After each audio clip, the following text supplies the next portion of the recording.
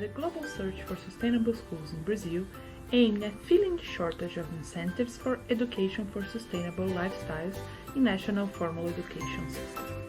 The initiative, Desafio Escola Sustentáveis in Portuguese, has selected the best sustainability action plans from basic education schools and has given them a grant to support the implementation costs of these plans, turning these schools into role models to be showcased and inspire other local schools in the same direction. The 5 selected schools have submitted very diverse sustainability action plans, with pedagogical activities and structural improvements focused on issues such as waste management, sustainable food, renewable energy, vegetable gardens, water use systems, and so on.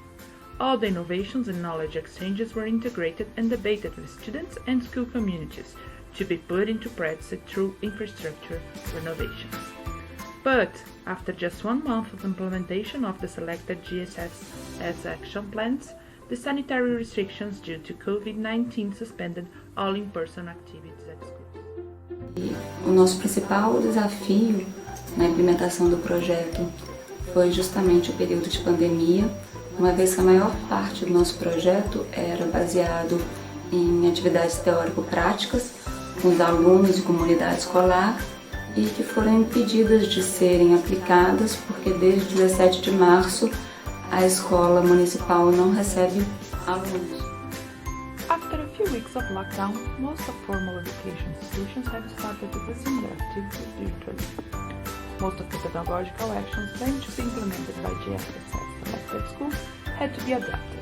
Online tools were used to foster the engagement of teachers and students despite of limited access to internet. Google Classroom and Zoom were likely used by schools, but WhatsApp was more effective in limited internet regions. Nós começamos no início de agosto um curso de formação, assim, voltado mais para essas temáticas do projeto, consumo consciente, gestão de resíduos, né? Porque nós acreditamos muito nessa mobilização através dos nossos alunos, né? São eles que convencem os pares também sobre a importância de se tratar dessas temáticas. On the other hand, the proposed infrastructure improvements had no important adaptations due to the pandemic. Most of the schools were able to keep the scheduled renovations and successfully implement their solar panels, water collection and reuse systems, and waste collection sites, among others. However, the results of these new technologies, both in terms of new pedagogical activities and the reduction of the school ecological footprint, will only be fully noticeable in 2021, and hopefully schools resume their regular activities. The preliminary estimates, nevertheless, are very promising. Foi muito legal. Mesmo nesse momento de pandemia, a galera se uniu para fazer algo pela nossa escola.